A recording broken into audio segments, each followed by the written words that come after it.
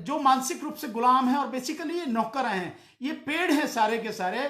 तो जो पेड़ व्यक्ति है वो नौकर है, इससे ज्यादा और कुछ कर नहीं सकता। इसी बात के लिए तनख्वाह दी जाती है उसको कि लोगों को गाली दो, और ये सब जो चीजें हैं वो सब चलती हैं, उनसे परेशान होने की बात नहीं है।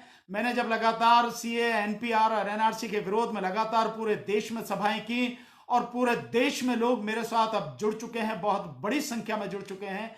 इन लोगों की कल्पना में भी नहीं है कि जितने लोग अब हमारे साथ में जुड़ चुके हैं, और हम जिस ईमानदारी से काम करते हैं, जिस मेहनत से, जिस तरीके से हम बताते हैं, समझाते हैं लोगों को, लोग उस चीज को समझ रहे हैं। लोग हमारी नीयत को भी परख रहे हैं, और लोगों को मालूम है कि हमारी नीयत में कोई खोट नहीं है। हम जो भी बात कह रहे हैं बहुत सही तरीके से कह रहे हैं, बहुत ईमानदारी से कह रहे हैं, और लोगों के हित की, लोगों के भले की बात कह रहे हैं साथी। तो मैं अब शुरू करता हूं। बाकी सारे साथी जो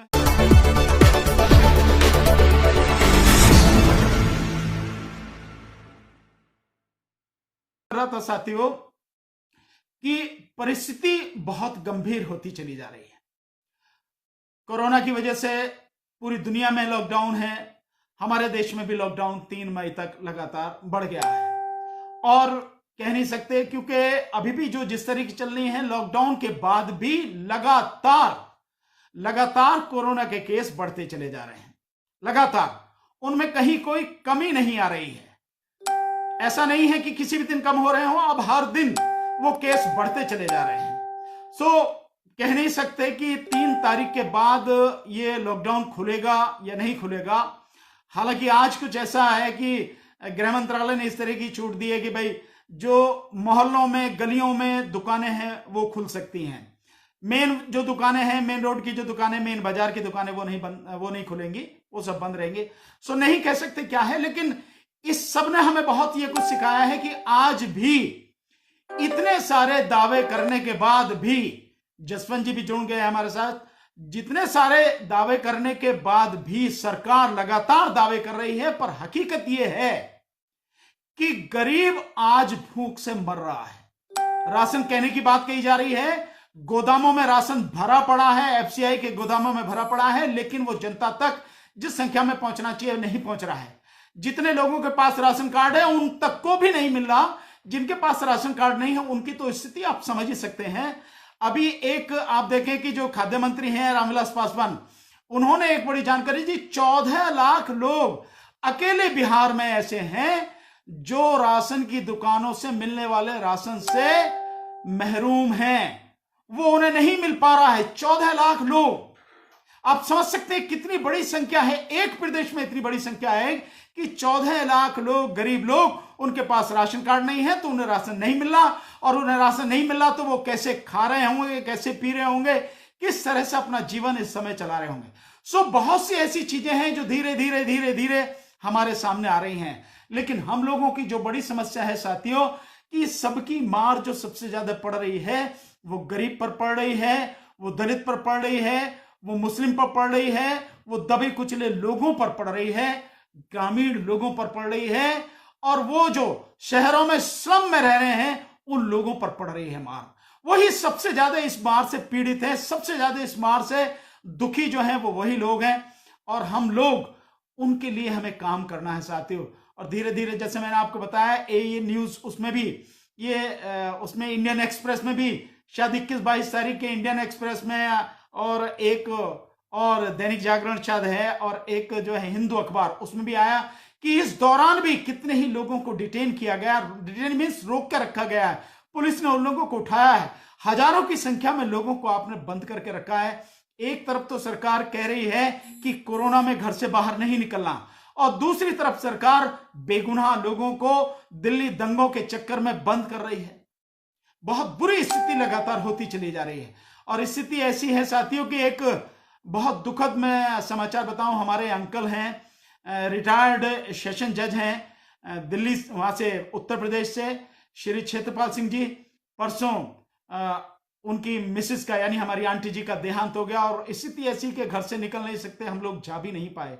मेरठ में वो लोग रहते हैं, उनको दिक्कत थी, शुगर के पेशेंट थी, ज्यादा तबीयत खराब हो गई, हॉस्पिटल में नहीं, और उसके बाद में उनकी गैंग्रीन हो गया, पैर में उनका जो टांग भी उनकी काटनी पड़ी और आखिर में परसों उनका देहांत हो गया, लेकिन जा भी नहीं पाए। मुझे बड़ा दुख है, बड़ा खेद है। तो ये धीरे धीरे ये सारी चीजें चल रही, मतलब ऐसी स्थिति आ गई है कि जहां फंसे हैं, जहां बंद है वहीं बंद है, आगे कुछ नहीं कर पा रहे। एक सवाल उस साथियों ने वहां उठाया था, बल्कि उन्होंने ये कहा था कि मैंने इसमें जो हम लोग ये काम कर रहे हैं, जो करने जा रहे हैं, लॉकडाउन जैसे ही खुलेगा और लॉकडाउन के बाद हम जो लोग काम करेंगे कि सबको बुला के एक मीटिंग करेंगे, उसमें मैंने वामन मेश्राम जी का नाम नहीं लिया। उन्होंने कहा कि क्या वामन मेश्राम जी से डरते हैं? देखिए साथियों, आप जो भी हैं, मैं नहीं जानता आप कौन हैं, कैसे हैं। मैं न वामन मेश्राम जी से डरता हूं। जब इस देश के जो सबसे ज्यादा खतरनाक जो लोग हैं, 2 लोग हैं, जब मैं उनसे नहीं डरता, उनके खिलाफ खुल के बोलता हूं, तो वामन मेश्राम जी तो अपने ही आदमी हैं, उनसे क्या डरना है। या वामन मेश्राम जी हो या विजय मानकर जी हो, ऐसा जरूरी नहीं मुझे सारे ही नाम याद हों। मैंने जो नाम उस दिन लिए थे, जिसमें बहन जी का भी नाम लिया था, चंद्रशेखर का भी नाम लिया, जिग्नेश मेवानी का भी नाम लिया, मैंने और सारे साथियों का नाम लिया। उसी तरह से बहुत से साथी जिनका नाम मैं नहीं ले पाया, मुझे याद है भी नहीं कई नाम, पर उसी में ये नाम जो छूट गए, एक तो यूं छूट गए कि ये चलते चलते उस दिन मेरा फोन, इसकी बैटरी डाउन हो गई और फोन मेरा बंद हो गया। इसलिए आधी बात जो थी, आधी बात कहने से रह गई और आधी बात के लिए मुझे आज आपके बीच में आना पड़ा। तो वो जो नाम है इसलिए भी छूट गए। सो मैं आज आपके माध्यम से सीधा सीधा कहता हूं, इसके फेसबुक के माध्यम से, कि न केवल वामन मेश्राम जी, उनकी पूरी टीम पूरे देश में जहां भी है, जो भी उनके साथ जुड़े हुए अच्छे साथी हैं वो, बल्कि विजय मानकर साहब और सुरेश माने साहब और सुलेमान साहब, जो सुलेमान साहब इंडियन नेशनल लीग करके एक पॉलिटिकल पार्टी है केरला में, वो पार्टी सत्ता में भी शामिल है, मैं उनसे भी निवेदन करता हूं। उसके अलावा और बहुत से साथी हैं, और यही आपके माध्यम से मैं निवेदन करता हूं अखिलेश यादव जी से। अखिलेश यादव जी हैं, और भी जितने साथी हैं, उन सबसे निवेदन करता हूं कि सारे के सारे साथी साथ में आए। जो मुस्लिम समाज के मेरे बहुत से साथी हैं, जो कर्नाटक से हैं, जो पश्चिम बंगाल से हैं, जो मध्य प्रदेश से हैं, जो छत्तीसगढ़ से हैं, जो झारखंड से हैं, जो बिहार से बहुत बड़ी संख्या में मेरे साथ जुड़े हुए साथी हैं, उन सब से, और जो मेरे जो साथी पंजाब से हैं उन सब से, इसके अलावा जो राजस्थान से मेरे साथ साथी जुड़े हैं, इसके अलावा वहां से जो हिमाचल प्रदेश से साथी जुड़े हैं, इसके अलावा उत्तराखंड से साथी जुड़े हैं, इसके अलावा नीचे अगर हम चले जाते हैं तो केरल से भी हमारे साथ में साथी जुड़े हैं, तमिलनाडु से भी हमारे साथ में साथी जुड़े हैं। ये जो भी साथी हमारे साथ जुड़े हैं, महाराष्ट्र से बहुत बड़ी संख्या में हमारे साथ लोग जुड़े हुए हैं, और उड़ीसा से हमारे साथ साथी जुड़े हैं, आंध्र प्रदेश, हैदराबाद से बहुत बड़ी संख्या में लोग हमारे साथ में जुड़े हैं, तेलंगाना से जुड़े हैं। ये जहां जहां भी हैं, जो भी लोग हैं, उन सभी से मेरा निवेदन है। साथियों, सबके नाम याद नहीं है, सबके नाम मालूम भी नहीं है, लेकिन मैं बहुत लोगों को जानता हूं, बहुत लोग लगातार संपर्क में हैं। उन सभी से मेरा निवेदन है साथियों, हम सबको साथ में आना पड़ेगा।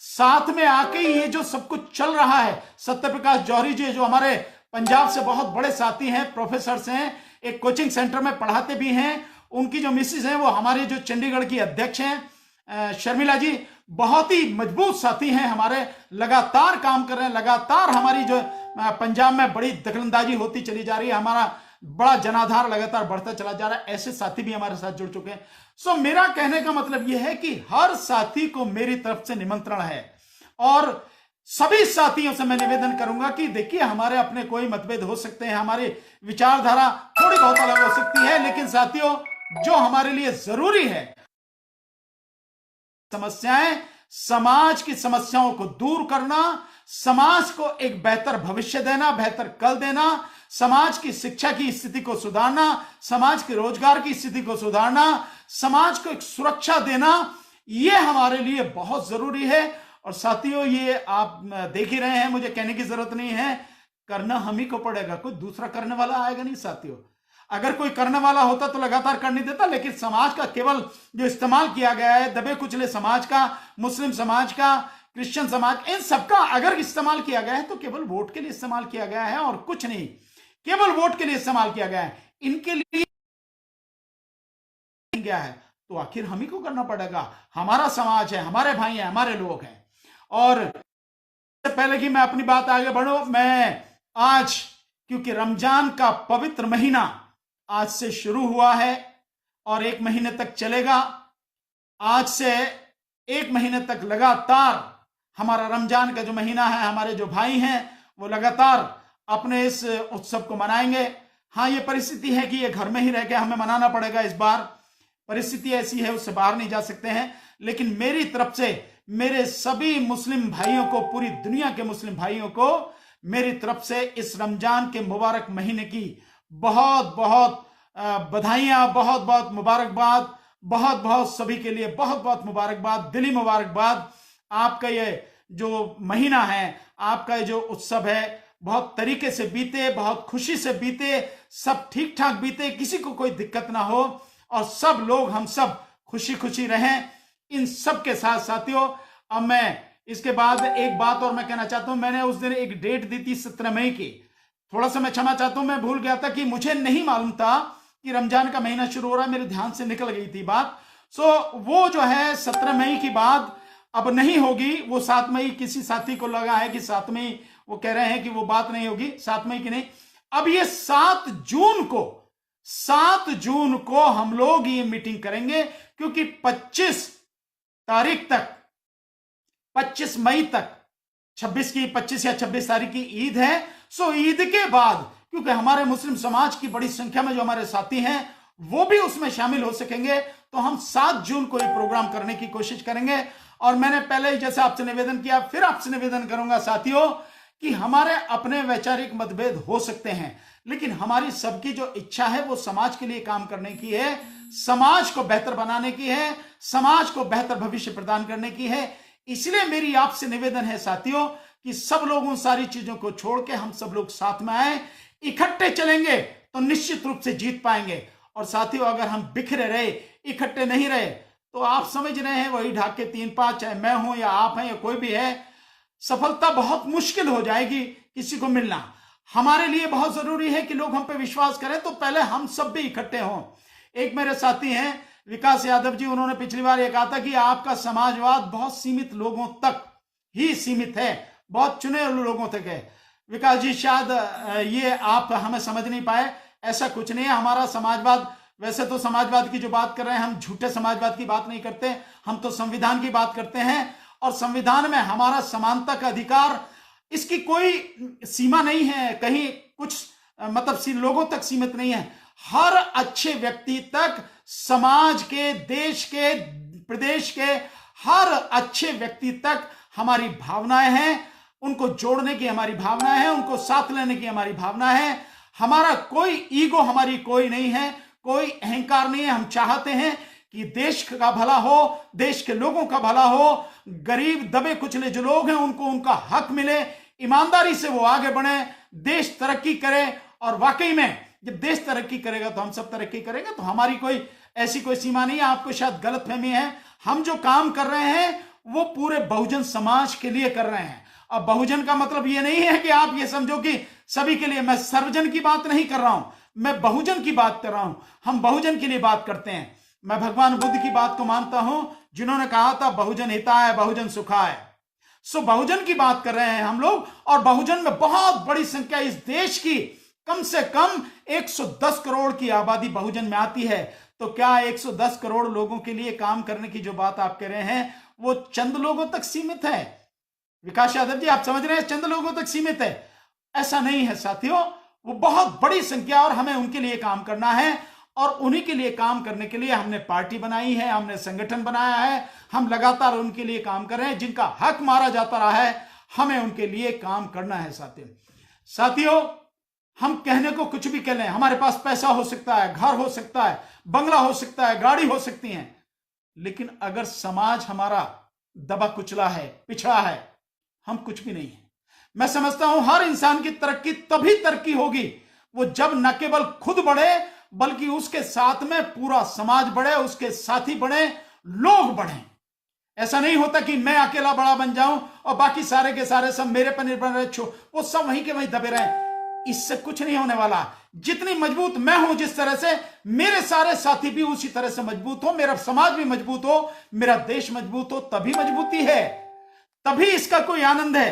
अन्यथा तो कुछ नहीं होने वाला साथियों। हम चाहे जो कहते रहें, चाहे जो करते रहें, उसका कोई मतलब नहीं है।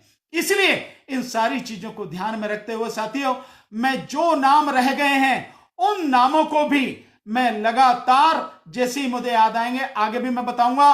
उन सबको कोशिश करेंगे कि सब तक ये मैसेज पहुंचे। मैं विजय मानकर साहब से, सुरेश माने साहब से, सुलेमान साहब से, उनकी पूरी टीम से, उनके साथ में जो लोग जुड़े हैं उनसे, हमारे बिहार के साथी हैं जो उनसे, उन सभी से, और इसके साथ साथ मैं माननीय बहन जी से, चंद्रशेखर से, अखिलेश यादव जी से, और जितने भी हमारे साथी हैं उन सभी से मेरा निवेदन है, चाहे वो जिग्नेश मेवानी हो, चाहे और साथी हो, बहुतों के नाम याद नहीं आ रहे पर आपको भी नाम आते हैं आपके। ये ओपन इनविटेशन है, सबको आना है, कहीं किसी के लिए कोई बंदिश नहीं है। बंदिश सिर्फ उनके लिए है जो अंबेडकर विचारधारा को नहीं मानते हैं। जो अंबेडकर विचारधारा को मानते हैं, परम पूज्य बोधिसत्व बाबा साहब डॉक्टर अंबेडकर की विचारधारा को मानते हैं, उनके सपनों का भारत बनाने के लिए प्रयासरत हैं। ये निमंत्रण उन्हीं के लिए है, उनके अलावा जो बाकी लोग हैं उनके लिए इसका कोई मतलब नहीं है। तो साथियों, यही मेरी बात है, मैंने जो आपको बता दिया। इसके बीच में कैसे कैसे चर्चा के विषय रहेंगे, हम इसको भी आपसे भी मैं निवेदन करूंगा, आप भी लोग इस चीज को आप भी करें कि क्या उसमें चर्चा के बिंदु होने चाहिए। आप भी जो लोग हैं उन लोगों तक संदेश पहुंचाएं। इस वीडियो को जितने भी ज्यादा से ज्यादा हो सकते हैं लाइक करें और शेयर करें, ग्रुप में शेयर करें, ताकि अधिक से अधिक लोगों तक ये बात पहुंचे साथियों। और क्या विषय हो सकते हैं आप भी सोचें, हम भी सोचेंगे। और मैं ये चाहूंगा कि 7 जून का अगर हम रखते हैं तो हर सूरत में हमारे पास में 20 मई तक साथियों के, 20 मई तक सभी साथियों के जो इस हमारे उस प्रोग्राम में आना चाहते हैं, अगर उन साथियों का हमारे पास कंफर्मेशन लेटर आ जाए तो हमें व्यवस्था करने में आसानी रहेगी साथियों। यही मेरा आपसे निवेदन है। लेकिन ध्यान रहे साथियों, केवल काम की बात होंगी, बेकार की बात नहीं होंगी। ये नहीं है वहां फालतू की चर्चा नहीं होनी है, हमें एक नतीजे पर पहुंचना है। एक ही दिन का प्रोग्राम रखेंगे और नतीजे पर पहुंचकर हमें उसको अमली जामा पहनाना है, ताकि समाज के लिए हम कर सकें जो चाहते हैं, बेहतर चाहते हैं वही कर सकें। आज फिर से मैं एक बार मेरे जितने भी साथी हैं, जो आज रमजान का जो मुबारक महीना शुरू हुआ है, मेरे मुस्लिम समाज के जितने मेरे भाई हैं, मेरे दोस्त हैं, मेरे जानने वाले हैं, पहचानने वाले हैं, दुनिया भर में जहां भी हैं, उन सभी को मैं आज रमजान के मुबारक मौके की फिर से मुबारकबाद देता हूं, दिली मुबारकबाद देता हूं। और आप सबका आह्वान करता हूं कि इस बात को समझेंगे और आने वाले समय में इस चीज को मजबूत बनाएंगे। अपने गिले शिकवे छोड़कर हम इकट्ठे होंगे।